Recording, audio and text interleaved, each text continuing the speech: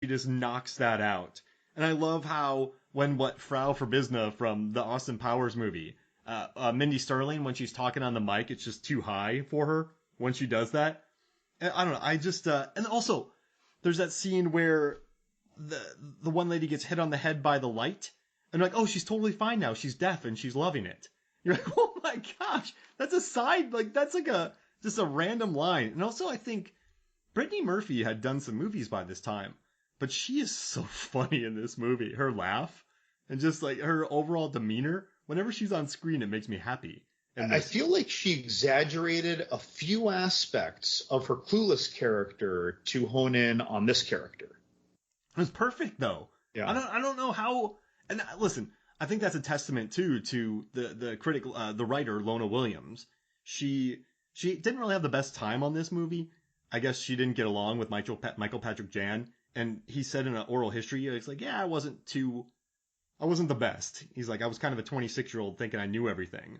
And so they also gave her the writer. I don't know if you know this, but she's one of the judges who never says anything.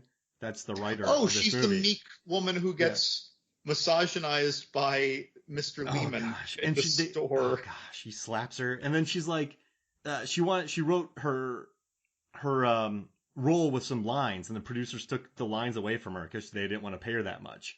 And then Michael Patrick Jann, I mean, this guy's gone on to do so much TV, and he directed over 90 episodes of Reno 911. I mean, this guy, he went on to do he never did another movie again, but he just moved on to TV, and he went, like, I think he honed his skills on Reno 911 after that. It's funny, but I can see that. You know, a lot of times people will view that as choosing the work for consistent money over choosing like something, you know, bigger.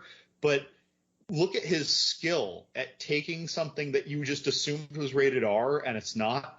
He was Comedy Central's dream man at the time. Like that's who you want for these things. Because he told a PG-13 movie that felt like an R movie. So imagine what you can do on TV. You can make a TV PG movie or TV PG and make it feel like a TVM.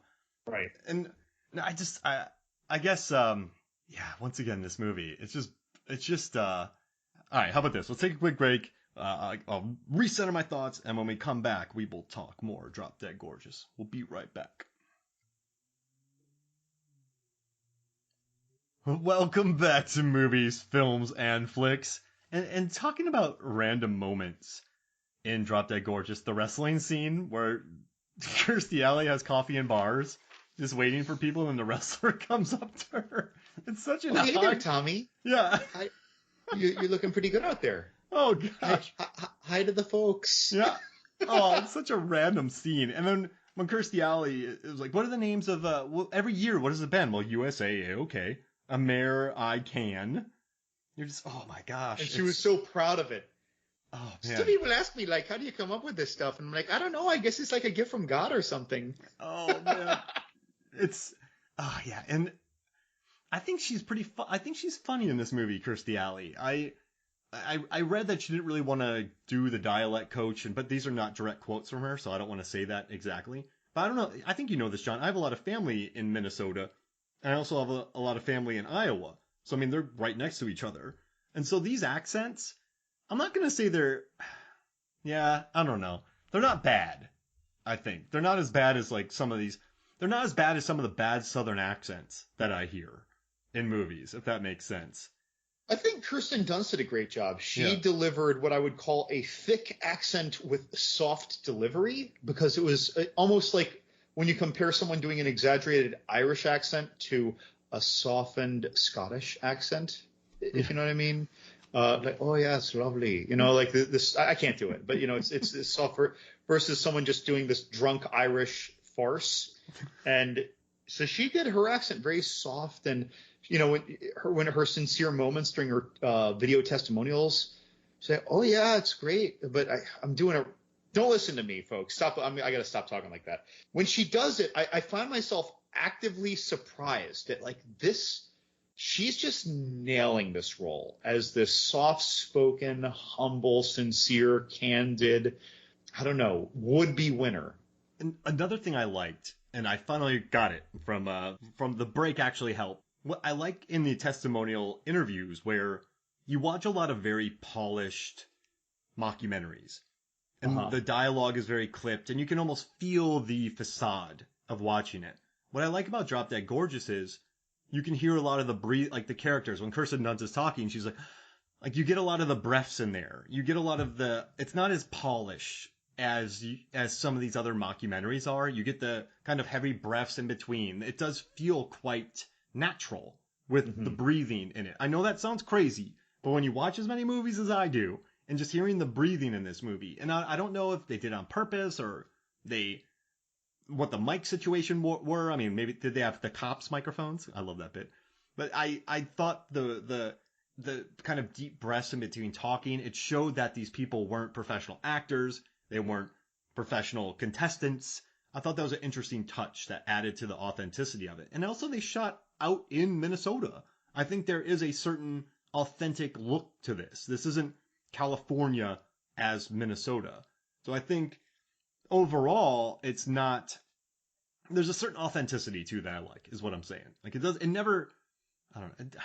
But I don't think, do you think it feels, a lot of people didn't like that it was kind of insensitive to Minnesota, but I think it was just more certain characters that they were going after. This is insensitive to so many people. And I don't think it's insensitive to Minnesota. I think it's insensitive to Midwesterners, small towners, religious. There are bigger blankets of people to whom this is deliberately poking fun, sometimes harder than others, right? The whole lifestyle. Minnesota, though, specifically, I never felt that. And not that I'm from there. I love the Minneapolis. Like, she's up in Minneapolis. Like, it's and we're gonna stay in the airport. Howard Franklin, whatever it was. What was it? Howard Johnson. The airport, Howard Johnson, and she was so excited that she'd be staying the night at a hotel. And we don't have enough money, but oh man, that's just yeah. But it was earnest. I don't know. And like Allison Janney's character, it was her idea to be really orange in the film. But I loved her in this movie. Just the relationship that she has. I swear, Allison Janney, she's never an A-lister, right? But she is one of the most glowing B-listers that there is. Like, she's the supporting actor that you remember more than the star in many cases. And not that there's anything political behind this, but her role in The West Wing, I watched that before I ever gave two shits about anything political in my life. I thought that everyone in that show was very good, like Rob Lowe, seeing him in a serious role, but she just was amazing in that. And then total polar opposite kind of character, amazing in this before that show started. And she and Ellen Barkin had a wonderful chemistry on screen. Yeah. Like you felt like they really were friends who lived 3 trailers down. And so even when they're just doing a funny bit, it felt natural. When Allison Janney says, hey, you want to give me a ride home to my trailer? And Ellen Barkin's like, don't fall for it. She's just 3 trailers down. She's like, yeah, whatever. It'll be a short trip. But when they're doing that bit, it feels like someone really saying that. It doesn't feel like a scene in the movie. And they hired some really legit actors. And Ellen Barkin, she got to have so much fun just being, I guess, drugged up for most of it. Probably more, I don't know, painkillers. But just watching her character, like she never, even when she loses her hand, she still has this dignity about her. Like she doesn't seem to let anything really get her down. She did her best. It's like, what are you doing over there? The doc said to try to practice with it. And she's like stabbing the claw at her beer. And then she pours like the 2 ounces that don't spill into a glass. She's like, I got it. Yeah, so proud of herself. It's an interesting attitude, though. It's something that, once again, we're just not really used to. Like she just the attitude is still there even without an arm, and she won't be able to probably cut hair too much because that was her job, and now she has Mark, that's her scissors holding hand, and she's probably still clipping orange Allison Janney. Oh, you're right. Yeah, you're right. That beer can though, burnt into her hand, is just that's funny writing. And then to see her put ash into it later on. Yeah. I mean, just use it. Just take advantage of it. And then the fact that she was able to save her tap shoes, that she's like, I put your tap shoes in my panties before I got shot out of the thing. But that shows that she thought about her tap shoes. It's, I don't know.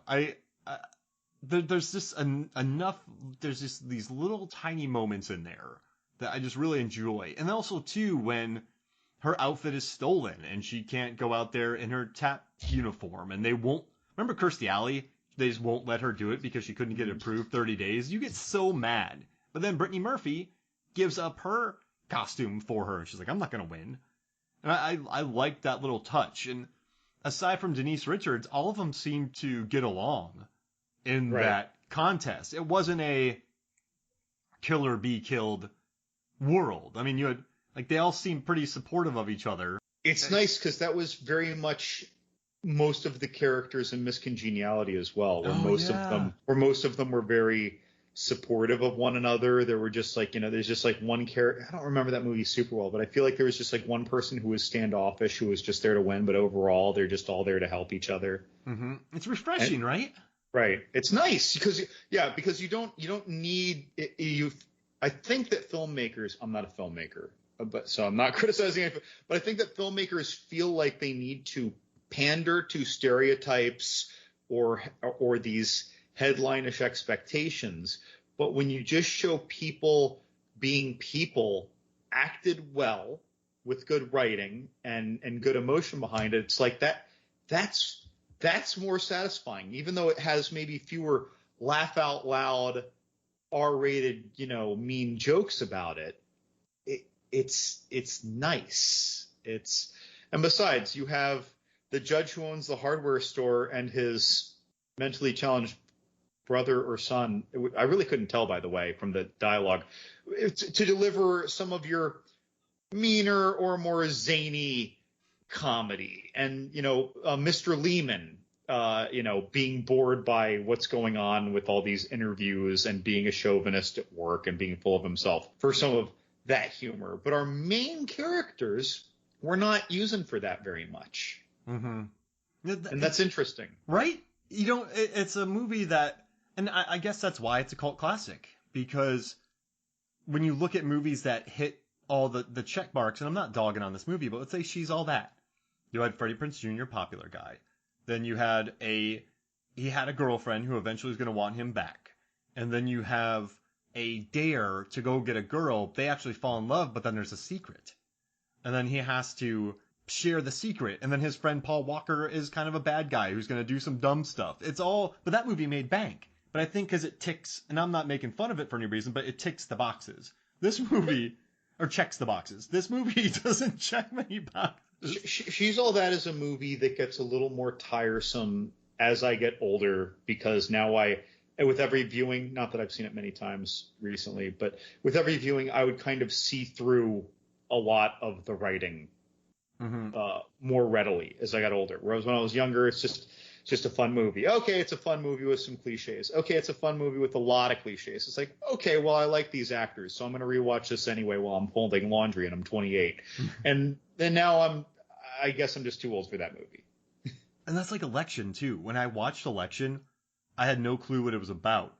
And because I hadn't seen Citizen Ruth or anything like that beforehand. And so hearing some of the lines in that movie when they're talking about Reese Witherspoon and Chris Klein talking, that movie didn't play anywhere near what I was experiencing in 98, 98, 99.